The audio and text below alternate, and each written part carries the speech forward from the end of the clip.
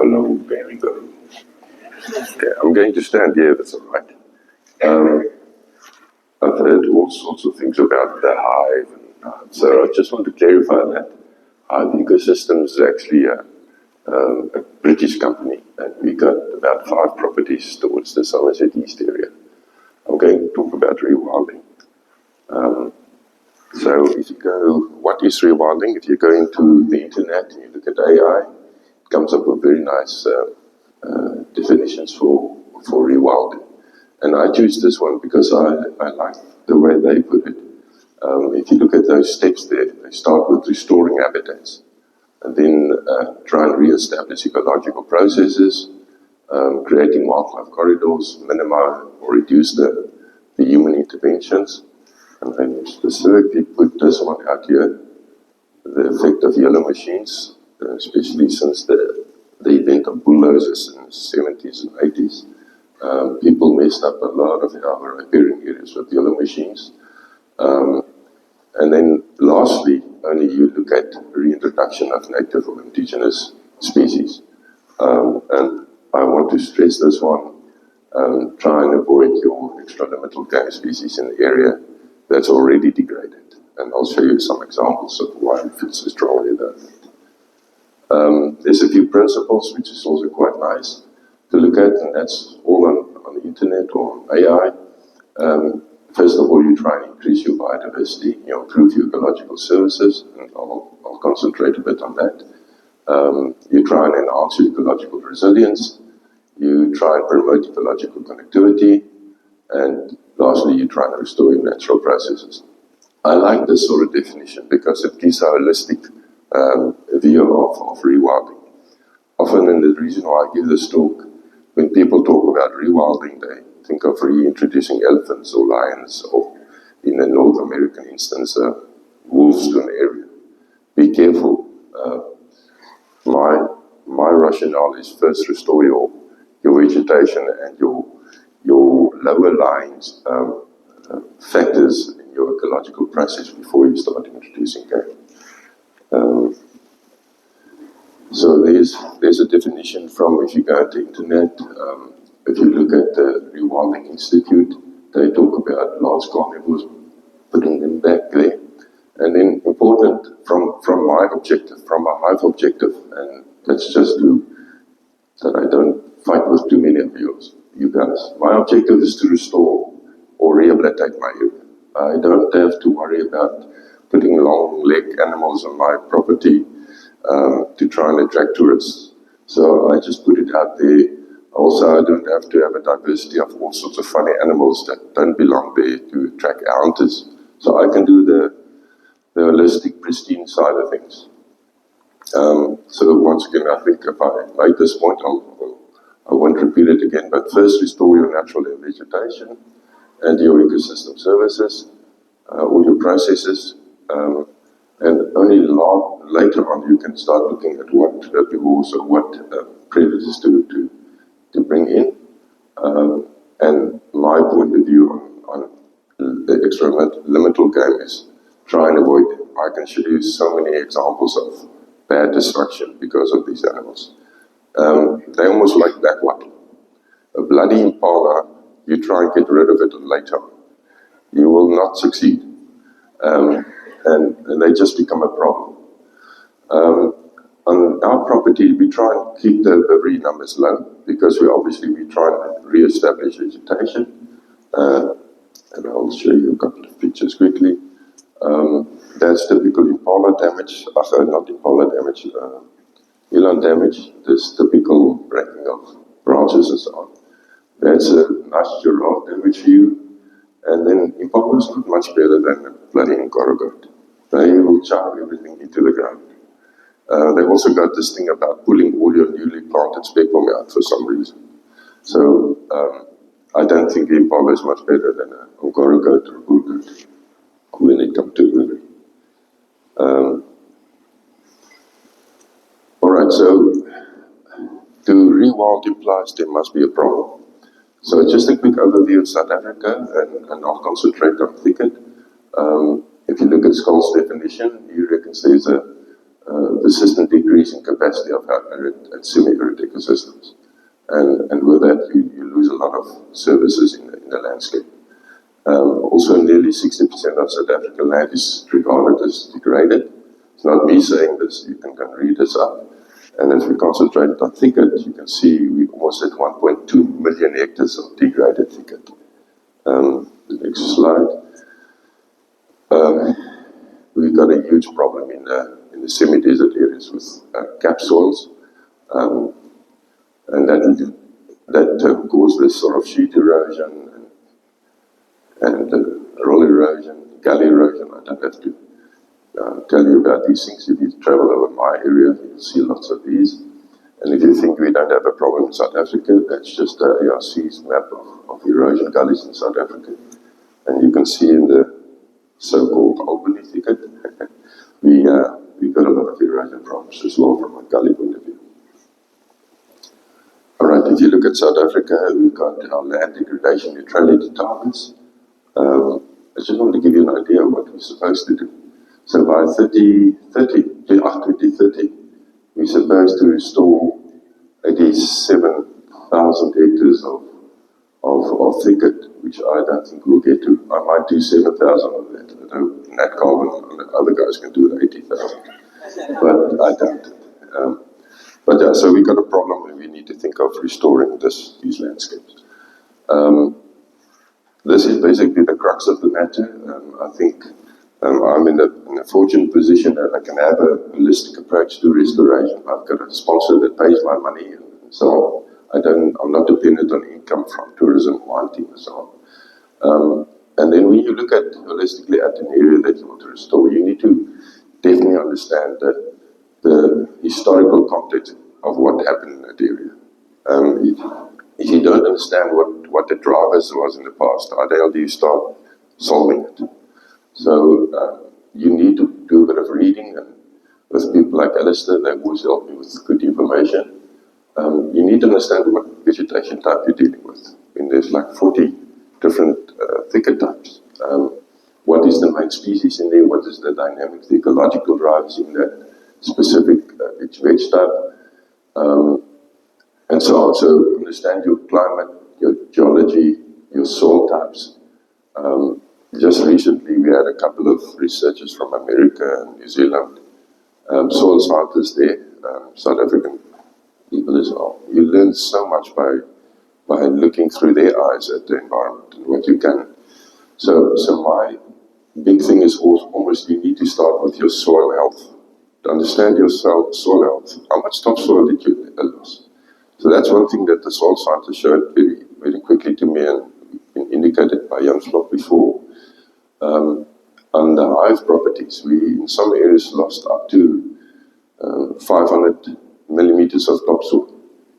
So you're starting up with a subsoil with probably no microbial activity in it. So how do you build up organic matter and try and get the natural processes back? Because that's where you need to start if you really want to restore. So your practical considerations, first of all, remove your degradizers or drivers or manage it. Remember what Johan said yesterday, that often it's the people's problem. It's how you manage your herbivores. So incorrect management practices, if you don't change that, don't expect a change in your landscape.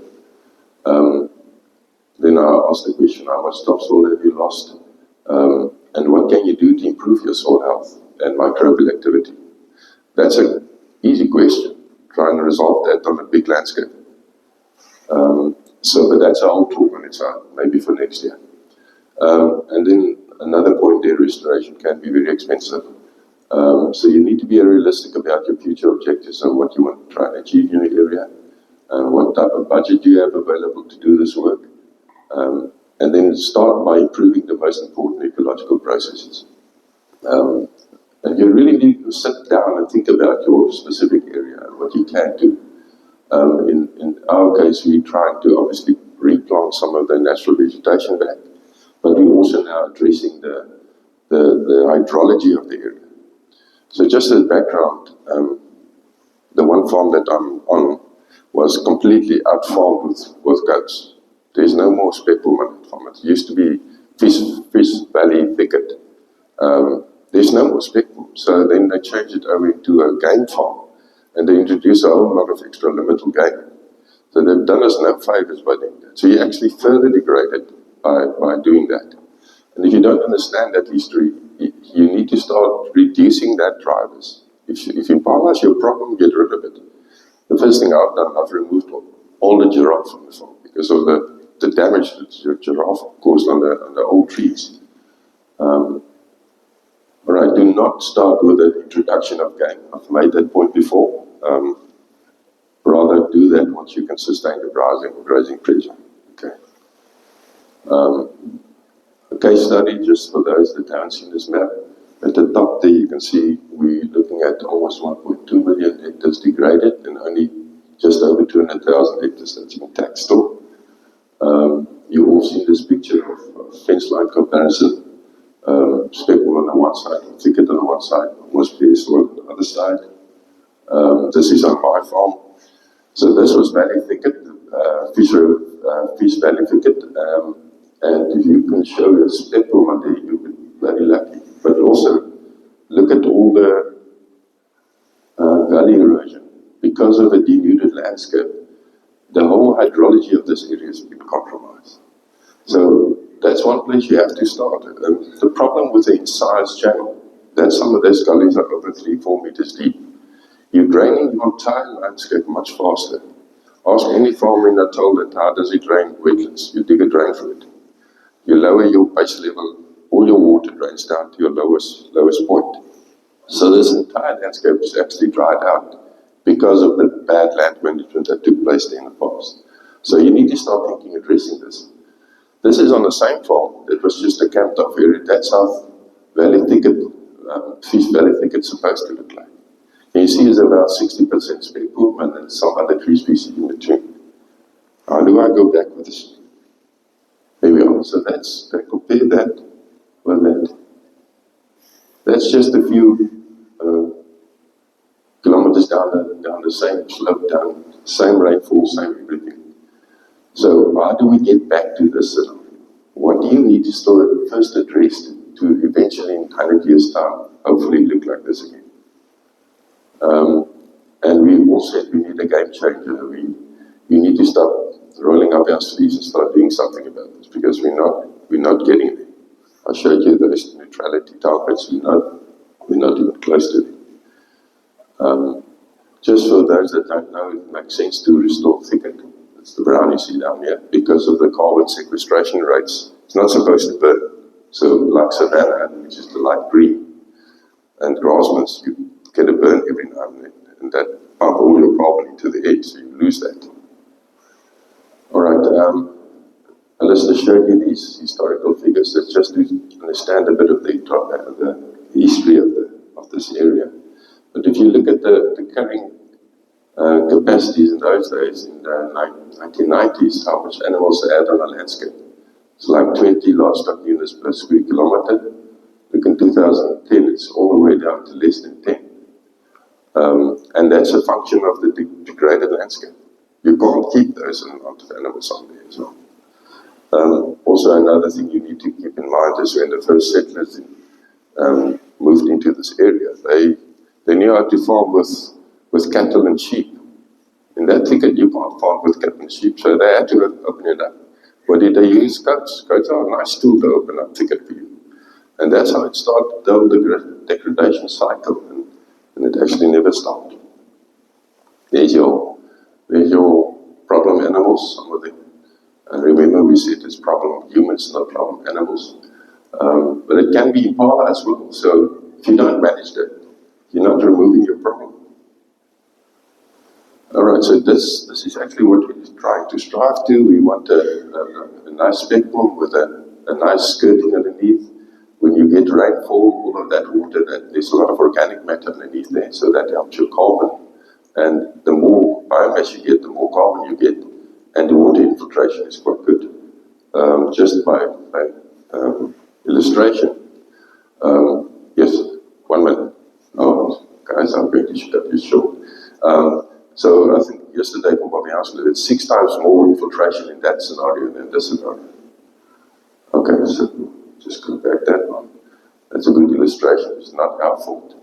Okay, I will run through this. This is a case study of speckle planting, 2004, 2014. That's how it looked like. You can even pick it up on Google Earth. Now that's what we do as well. We plant up to 18,000 plants per day in the field. We're building structures to lift the water table again.